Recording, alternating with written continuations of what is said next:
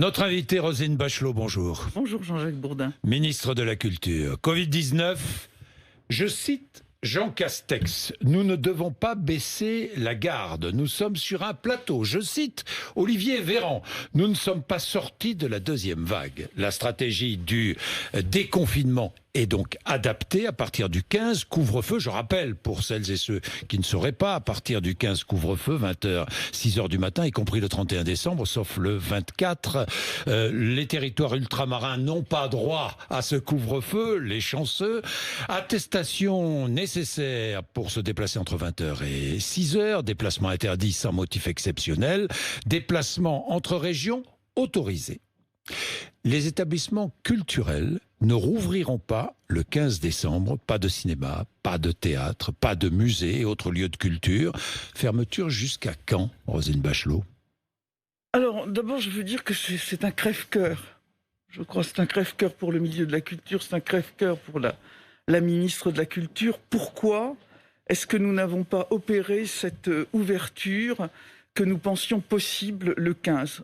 On avait prévenu qu'il fallait que les chiffres, on avait fixé un palier à 5000 contaminations journalières pour pouvoir envisager cette réouverture. En fait, la situation sanitaire s'est beaucoup dégradée. Nous sommes au-dessus de 14 000 contaminations journalières, c'est-à-dire le triple de ce que nous espérions pour pouvoir réouvrir. La situation est pareille, d'ailleurs, est identique partout en Europe. Oui, elle est pire en Allemagne. Elle est même pire en Allemagne, mais enfin c'est une faible consolation. Mais c'est pour dire que tout ça, la situation sanitaire est extrêmement grave. Ça, c'est le premier point de diagnostic. Avec quand même moins de réanimation. C'est vrai, c'est vrai. Nous avons atteint le chiffre attendu en matière de réanimation, de réanimation et d'occupation. Alors, ça c'est vrai, il y a des éléments positifs, des éléments plus inquiétants. Qu'est-ce qui fait que nous ne rouvrons pas, pardon. Oui, rouvrons pas. Bon, on peut dire les deux, j'ai vérifié. Ah bon, réouvrir ou rouvrir. Bon, en tout cas, au 15, comme cela avait été annoncé si les conditions sanitaires avaient été bonnes, c'est que nous allons traverser une épreuve. L'épreuve, ça va être l'épreuve des fêtes de fin d'année, avec énormément de mouvements de population, de contacts familiaux, et ce qui serait terrible pour le monde de la culture, c'est ce qu'en bon français on appelle le stop and go. Ce que l'on fait déjà. Malheureusement. Alors c'est justement réouvrir le 15 avec toutes les difficultés de la réouverture, de la billetterie, du reconditionnement des salles, des répétitions, etc.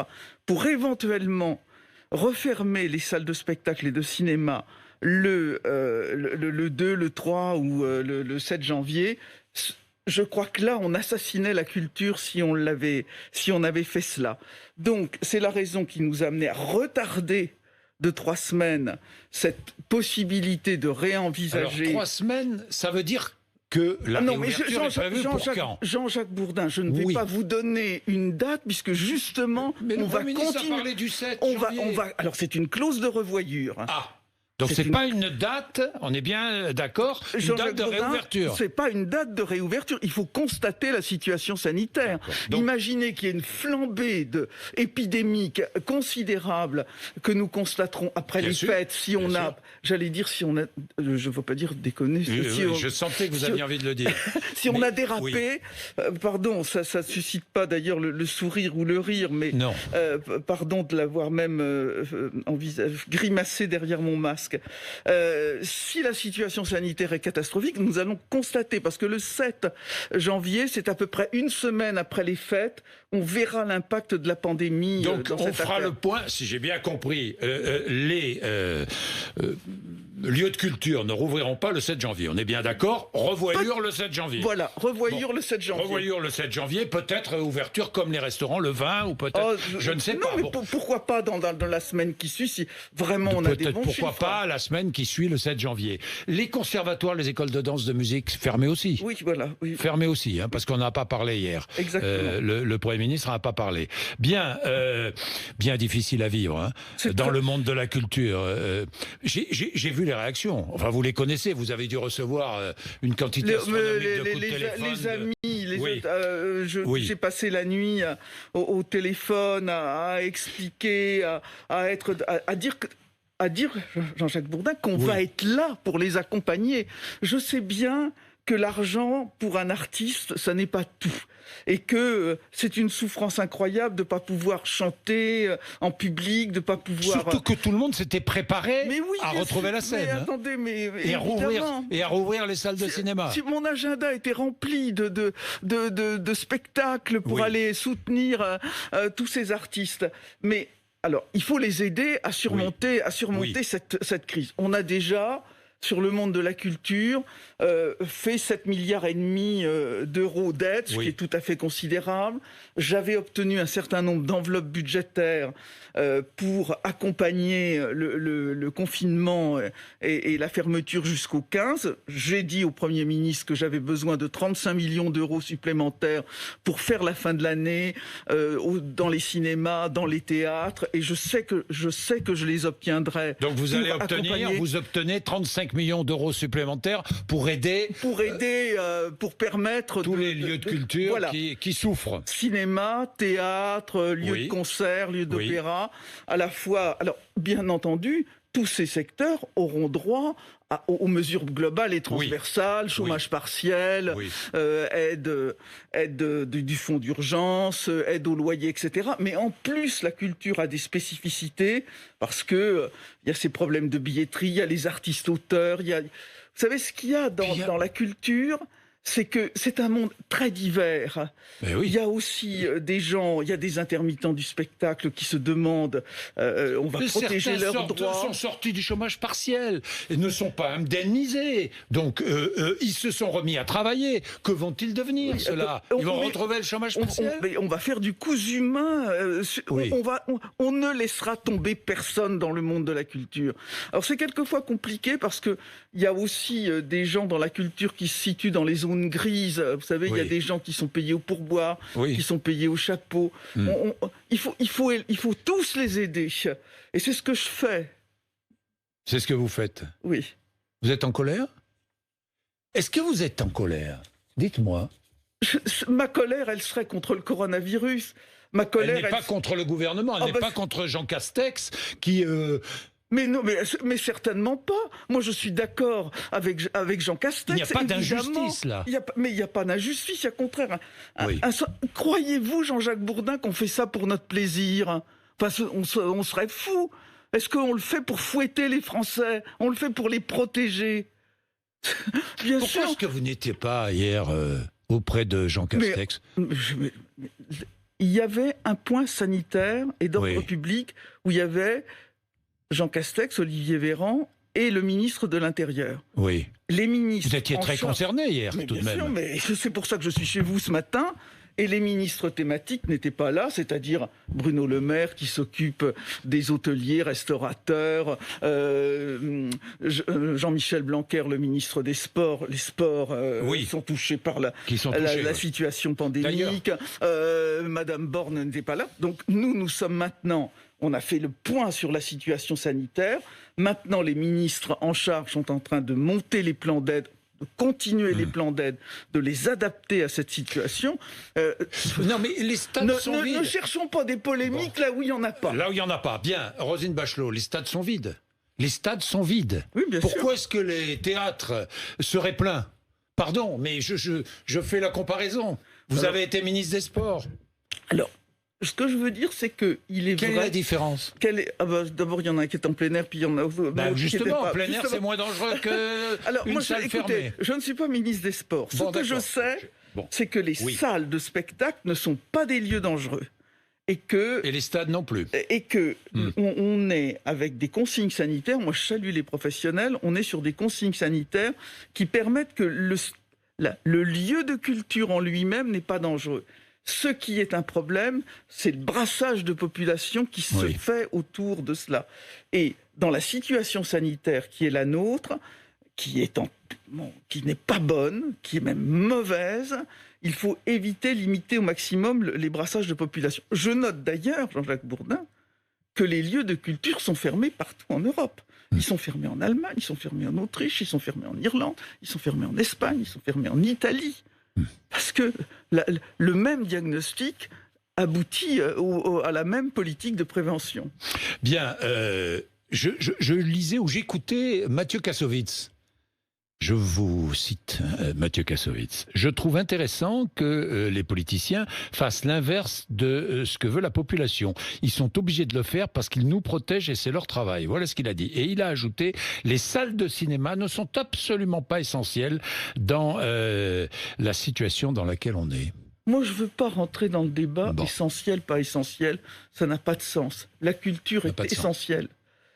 Mais on peut, pour des raisons sanitaires, faire en sorte de se protéger pendant quelques semaines. Qu'est-ce qu'on a fait? On a retardé la réouverture des salles de cinéma et des salles de théâtre. Mais la culture, elle continue. La création, elle continue. La culture va pas mourir, heureusement. Il y a des gens qui écrivent, qui lisent. On lit les derniers prix littéraires. On fait des captations de spectacles dans les théâtres subventionnés qui passent à la télévision. Il y a tout un monde On lit culturel des qui livres. vit, qui bouillonne.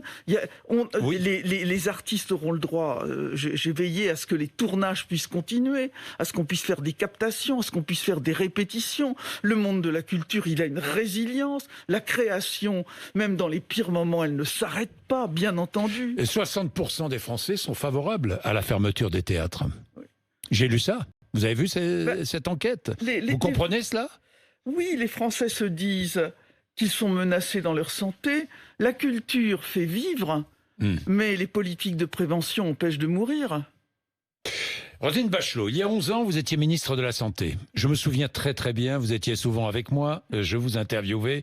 Vous faisiez face à la grippe, la fameuse grippe H1N1, le virus contagieux qui se transmettait de l'homme à l'homme, exactement de la même manière. Bien, vous avez commandé des dizaines de millions de doses de vaccins, de masques.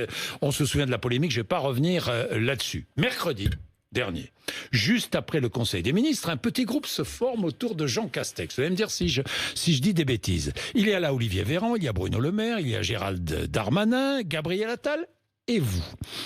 Et le débat s'ouvre. Faut-il que le gouvernement se fasse vacciner dès le début, en public? Et là, vous intervenez, vous dites non. C'est vrai ou pas? Écoutez, moi je pense qu'il faut se faire vacciner. Alors, oui, je me suis fait vacciner en public. Voilà, si je vous parle de ça, c'est parce que je me souviens de ça. Je me souviens, vous étiez fait vacciner en public. Alors, ce qui est incroyable, et c'est très intéressant, c'est que je me fais vacciner en public en me disant que la ministre de la Santé de l'époque se fasse vacciner est un élément de confiance dans la vaccination. Eh bien, il y a des réseaux complotistes qui ont avancé que je m'étais fait vacciner avec du sérum physiologique. Et que, en fait, il n'y avait pas la substance active dans l'injection. Alors, je pense que... Donc, vous avez recommandé au gouvernement de ne pas faire la même chose? Peut-être. Oui, pas peut-être, mais sûrement. Moi, ce que je recommande, en tout cas, c'est de se faire vacciner. Et je me ferai vacciner. Enfin, si je suis dans le public prioritaire, je ne demande pas de passe-droit. À votre tour. À mon tour, je me ferai vacciner au moment. Vous ferez vacciner sans aucun souci? Non. Sans aucune inquiétude? Bien sûr, parce que... Non, mais Jean-Jacques Bourdin, il faut bien comprendre que dans une vaccination, il y a une démarche... Vous êtes pharmacienne, je le rappelle. Docteur en pharmacie. Pardon, excusez-moi, docteur en pharmacie. Dans une vaccination, il y a un aspect individuel de protection et il y a un aspect populationnel. C'est-à-dire que la vaccination, elle protège soi et elle protège les autres. Et il faut toujours avancer sur ces deux jambes dans la vaccination. Donc moi, ministre, j'ai une responsabilité non seulement individuelle de me protéger, mais une responsabilité collective. Je me ferai donc vacciner. Moi, je me souviens, H1N1, vous aviez fait vacciner en priorité le personnel soignant. On devrait faire la même chose, non? Le personnel soignant, c'est un lieu de contamination. Et qu'on a besoin du personnel soignant. Est-ce qu'on devrait faire la même chose? Écoutez, alors... J'ai écrit un certain nombre de textes sur mes expériences de H1N1. Et j'ai dit une chose, c'est que aucune épidémie ne ressemble à une autre. Et que tirer des leçons, parce qu'on a géré une épidémie, tirer des leçons et donner des leçons à Olivier Véran, pardon Jean-Jacques Bourdin, je ne le ferai pas. Bien. Est-ce que le musée d'Orsay à Paris sera rebaptisé musée Valéry Giscard d'Estaing? Il faut que le nom de Valéry Giscard d'Estaing soit magnifié d'une façon ou d'une autre. Et moi, je pense que ça peut être d'accoler son nom, ça peut être de baptiser l'esplanade qui qualifie l'adresse du musée d'Orsay, ça peut être de baptiser la grande nef du musée d'Orsay de son nom. Moi, je pense qu'il faut rentrer en dialogue, avec la mairie de Paris, avec Anne Hidalgo, avec Laurence Descartes, la patronne du musée d'Orsay, pour voir la meilleure façon de rendre hommage.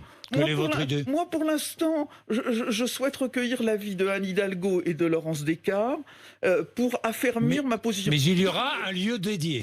Il y aura le nom de Valéry Giscard d'Estaing sera d'une façon ou d'une autre accolé, magnifié dans le cadre du musée d'Orsay. Je pense qu'on peut y réfléchir un petit peu. On a mis 10 ans à baptiser le musée du Quai Branly Jacques Chirac.